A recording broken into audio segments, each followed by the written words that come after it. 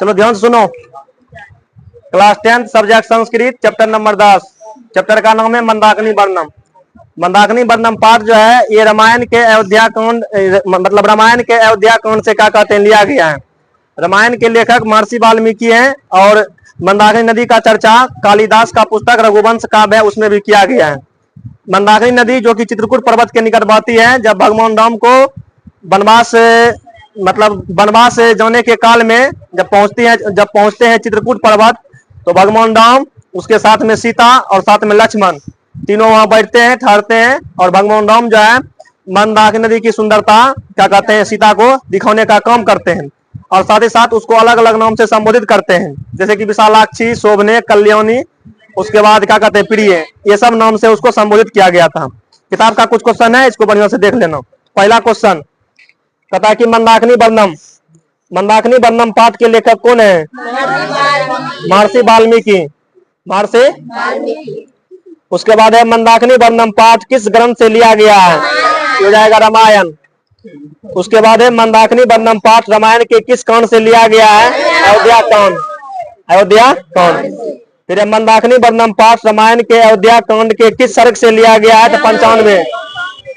उसके बाद है मंदाकिनी का अर्थ क्या होता है? तो गंगा नदी।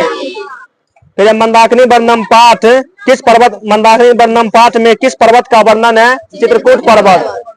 चित्रकूट पर्वत। उसके बाद है मंदाकिनी वर्णम पाठ में किस नदी का वर्णन है? गंगा नदी। उसके बाद चित्रकूट स्थित गंगा नदी का वर्णन किस पाठ में है? ये हो जाएगा मंदाकिनी वर्णम। मंदाकिनी वर्णम। उसके बाद मंदाकिनी वर्णम पाठ में भगवान राम किसको मंदाकिनी नदी मतलब किसको मंदाकिनी नदी दिखा रहे हैं? तो सीता को। उसके बाद है मंदाकिनी वर्णम पाठ में कुल कितने श्लोक हैं? इसमें हो जाएगा 10 श्लोक। उसके बाद है भगवान राम ने विशालाक्षी से किसे संबोधित किया? सीता को। उसके बाद है मंदाकिनी नदी में कौन स्नान करते हैं? ऋषि मुनि। उसके बाद है मंदाकिनी नदी किस पर्वत के निकट बहती है? हो जाएगा चित्रकूट पर्वत। उसके बाद है वनवास प्रसंग में राम, सीता और लक्ष्मण के साथ कहां पहुंचते हैं? चित्रकूट पर्वत। उसके बाद है रामायण के रचनाकार कौन है? महर्षि वाल्मीकि। उसके बाद क्वेश्चन है कि कालिदास ने अपनी किस पुस्तक में मंदाकिनी नदी का वर्णन किया है? हो जाएगा रघुवंश काव्य। आगे फिर क्वेश्चन है रघुवंश काव्य पुस्तक का रचना किसने किया? कालिदास। उसके बाद कालिदास ने किस नदी का वर्णन किया? मंदाकिनी नदी। एक एक बार पढ़ लो अपने फिर से।